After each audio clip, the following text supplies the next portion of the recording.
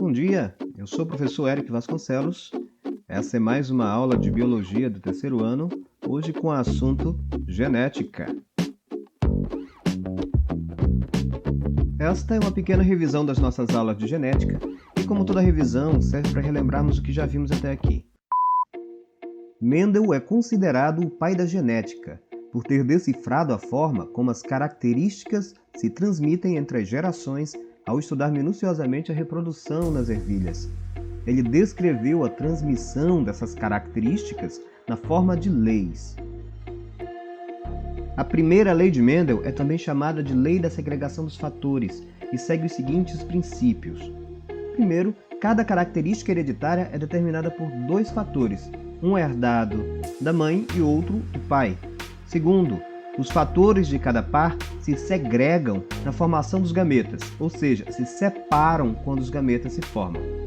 Hoje sabemos que os fatores mendelianos são os genes contidos nos nossos cromossomos. Na verdade, são versões dos genes, são os alelos. E sabemos que essa separação dos fatores se dá através do processo de meiose. Costumamos representar os genes com letras do alfabeto e geralmente representamos os alelos com variações dessas letras. Para facilitar a visualização dos cruzamentos estudados, podemos utilizar o quadro de Punnett, um diagrama criado pelo geneticista Reginaldo Punnett que mostra as frequências esperadas de um determinado genótipo. Hoje eu vou resolver alguns exercícios de vocês que se encontram no material de vocês, só para vocês relembrarem como é que a gente trabalha os cruzamentos segundo a primeira lei de Mendel.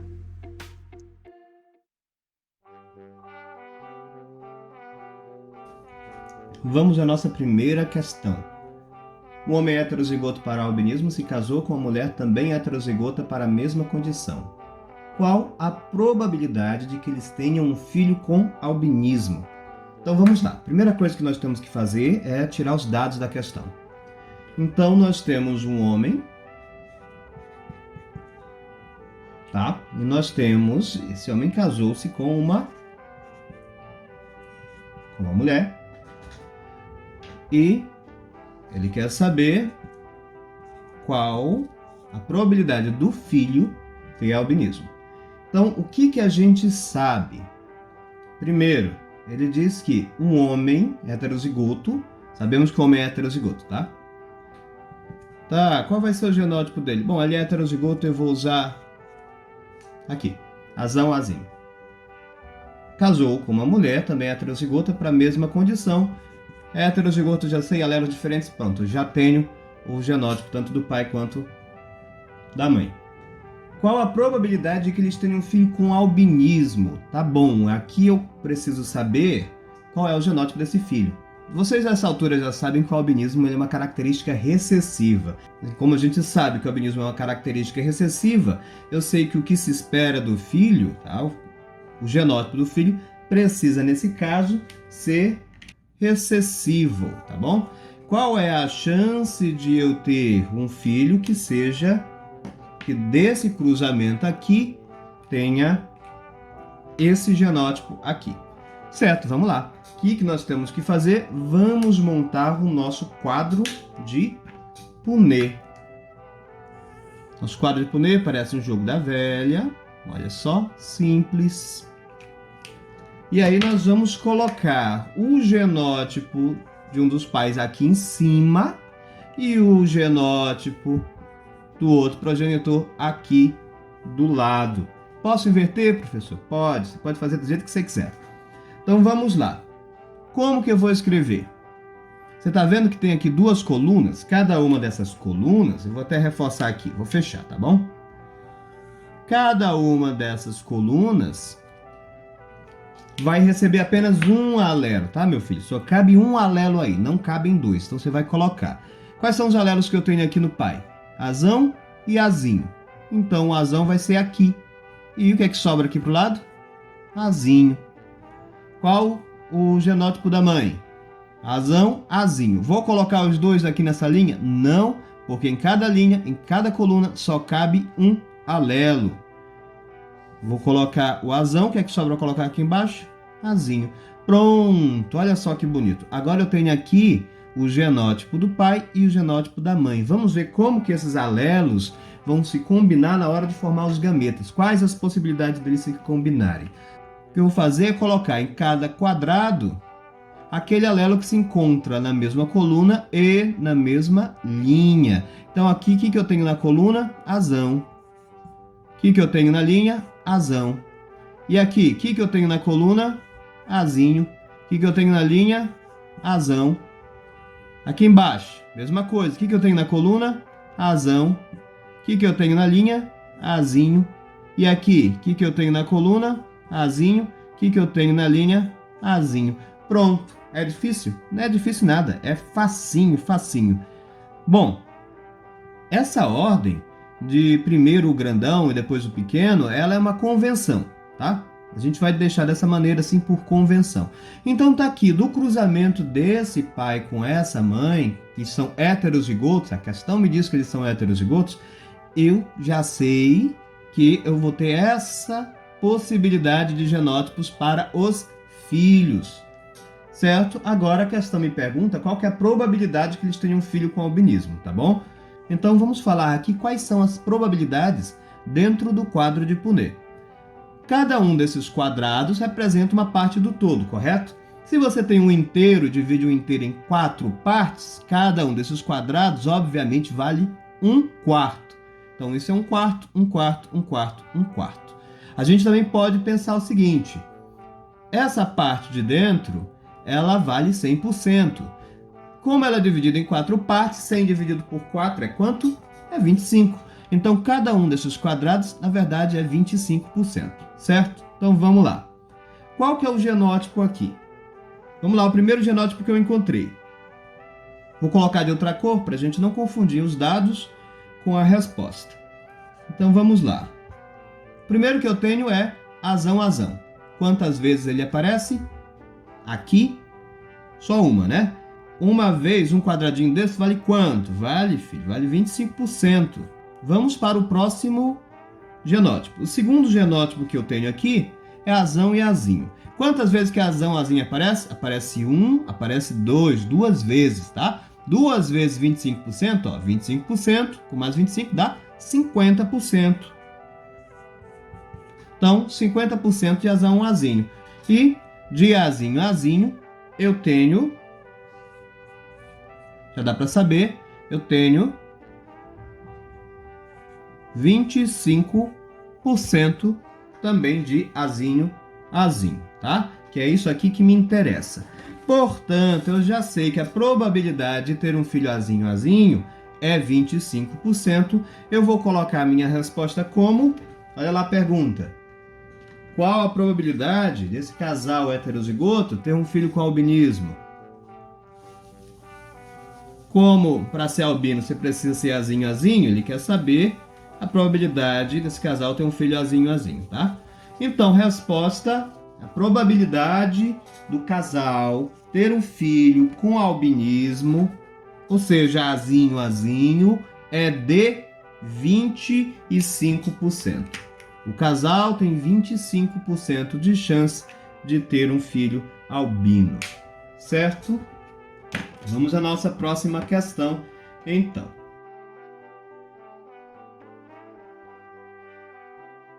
Observe o heredograma acima. Agora a gente vai falar de heredograma. Observe o heredograma acima. Se o indivíduo 8 se casar, olha aí o indivíduo 8 aí na tela, se casar com uma mulher heterozigota para lobo de orelha solto, tá? Não é lobo não, é lobo. O que é lobo da orelha? Essa bolotinha aí da sua orelha. Qual que é a probabilidade de esse casal ter um filho com lobo de orelha preso? Certo? Então, vamos lá.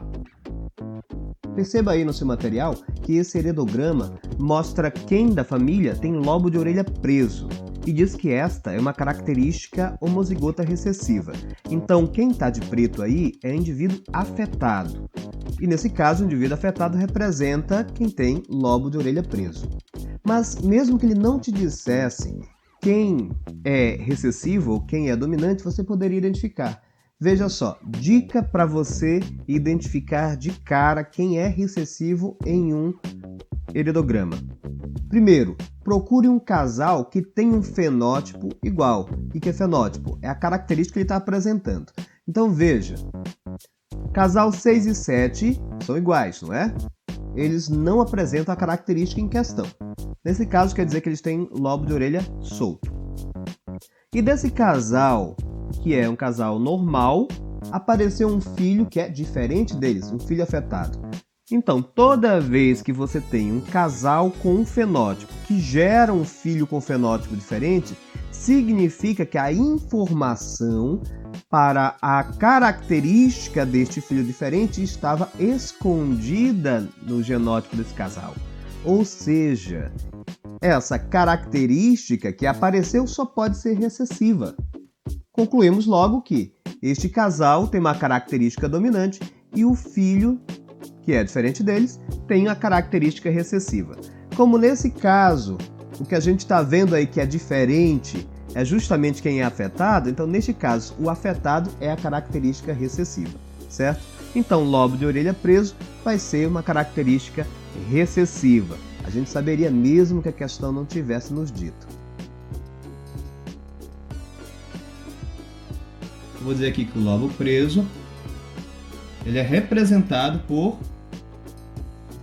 Dzinho, tá bom? Tá? O indivíduo 8, nesse caso, o pai é Dzinho.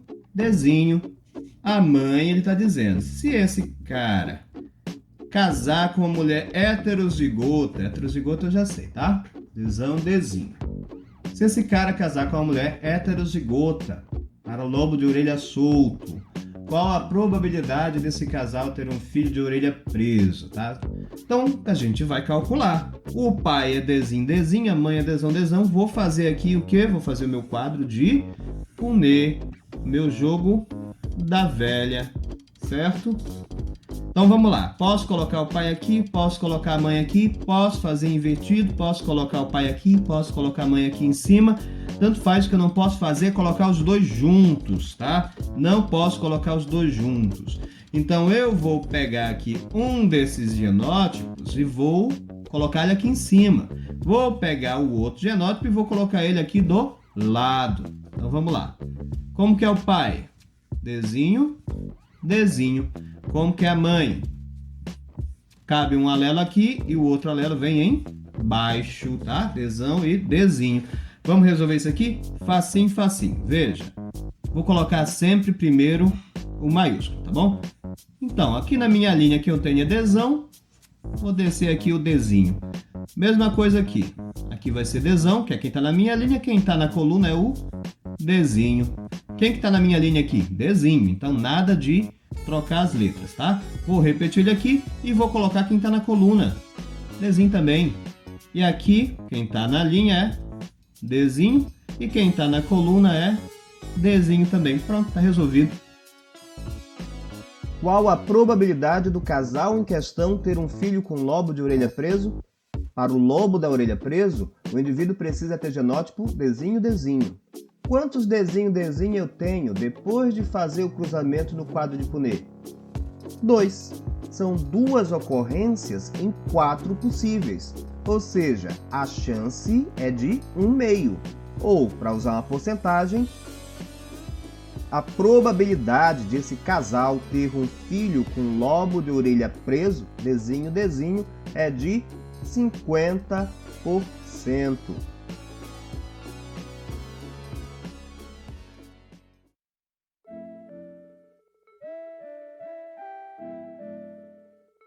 Questão 2 vai falar de polidactilia, vocês devem lembrar do material de vocês, é claro, e também do nosso podcast de revisão. A polidactilia é uma característica autossômica dominante, caracterizada pela presença de dedos a mais nos pés ou nas mãos. O heredograma a seguir está relacionado a essa característica. Então, primeira parte da questão. Identifique o genótipo de cada indivíduo que aparece no heredograma anterior. Vamos seguir alguns passos básicos. Primeira coisa, identificar os recessivos. No caso do heredograma anterior, nós precisamos identificar um casal igual que gerou um filho diferente. Esse filho diferente seria o recessivo. Nesse caso, nós não temos nem necessidade de procurar por isso, porque a questão nos informa, a questão nos diz quem é o dominante. E os indivíduos dominantes, nesse caso, são os afetados, são os que estão em preto. Logo, os indivíduos em branco, que são normais, eles necessariamente são recessivos.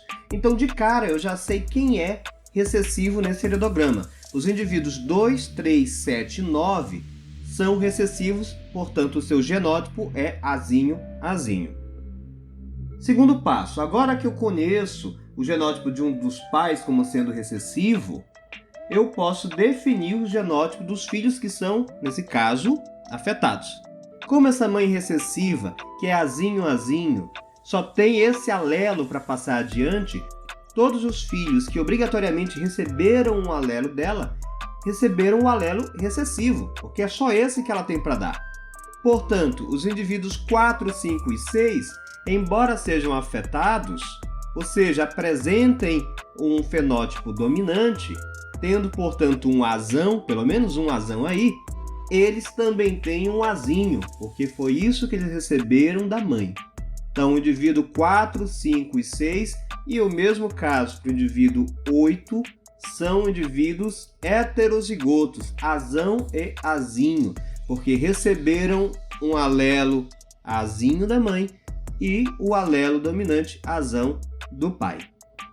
Por último, sabendo que o indivíduo dominante afetado, no caso o indivíduo 1 ou o indivíduo 6, gerou um filho normal, a gente tem certeza de que ele carrega um alelo recessivo. Do contrário, ele não teria como gerar um filho normal. E vamos à segunda parte da questão. Qual é a probabilidade de o casal 6 e 7 ter outro filho com polidactilia? Aqui está bem mais fácil, já que eu já tenho o genótipo do indivíduo 6 e do indivíduo 7. É só colocar na minha resolução. O cara que tem só 5 dedos na mão, ele é normal para esta condição. O normal e o afetado são termos que a gente utiliza na genética, tá bom? Ser normal para a quantidade de dedos é uma característica recessiva nesse caso. Como é que eu sei? Porque a questão me disse que polidactilia é dominante. O normal é eu representar o genótipo pela primeira letra da característica recessiva. Seria a N, né? Mas você pode fazer qual que você quiser, o importante é que dê certo no final. Eu vou fazer com A. Seu normal é recessivo, seu normal é Azinho, Azinho. Certo? Então vamos lá. Indivíduo 6 que, como ele é homem, eu vou colocar ele aqui como pai. Beleza, sei que ele é heterozigoto, assim como os indivíduos 4, 5 e 6. A mãe, nesse caso, indivíduo 7, ela é normal. Se ela é normal, eu já sei que ela é Azinho, Azinho, certo? Tá aqui. Qual a probabilidade de o casal 6 e 7 ter outro filho com polidactilia? Indivíduo 6 e indivíduo 7 aqui. E agora o que nós vamos fazer é cruzar para ver quais são as probabilidades gerais deles terem descendentes de qualquer maneira. Vamos fazer aqui o nosso quadro de Punnett. Parece um jogo da velha, certo? Tranquilo, eu vou fechar aqui, que é para você lembrar que aqui dentro é onde ficam as probabilidades gerais. E aqui, o que eu vou fazer? Você já sabe. Eu vou colocar o genótipo do pai e o genótipo da mãe, tá? Como é que eu posso fazer isso? Do jeito que eu quiser, desde que eu coloque um em cima e um do lado. Aqui eu vou fazer diferente, eu vou colocar o da mãe em cima. Primeiro alelo da mãe, segundo alelo da mãe. Pronto? Ó, já usei. Vamos colocar o do pai agora. Primeiro alelo do pai, segundo alelo do pai. Ok? Pronto? Já usei também. Certo, agora vamos resolver o quadro de Punnett. Como eu sei que aqui eu vou repetir quem está na linha, eu vou colocar logo. Pronto. E aqui eu vou descer quem está em cima. Mesma coisa aqui. Vou colocar logo aqui, ó, quem está na linha. E vou repetir quem está em cima. Pronto, que beleza. Tá aí, tá resolvido. A pergunta é qual a probabilidade desse casal ter outro filho com polidactilia? Então, ele já tem um filho com polidactilia. Mas veja, uma gestação não vai influenciar na outra. A pergunta não foi construída assim, tá? A pergunta não foi do tipo, qual a probabilidade desse casal ter 2 filhos com polidactilia em seguida, por exemplo. Não. São eventos completamente independentes. Se são eventos independentes, a gente trabalha cada probabilidade de maneira separada. Como cada gravidez é um evento único, que não sofre influência de gestações anteriores, a probabilidade desse casal ter outro filho com polidactilia é 50%. Tá? Por que 50%? Pense um pouquinho aí e me digam. Vamos lá. Quem tem polidactilia aqui? Esse aqui? Esse? Não. Esses dois são normais. Quem tem polidactilia, quem vai ter pelo menos um alelo dominante. Polidactilia, polidactilia. 25% mais 25% igual a 50%.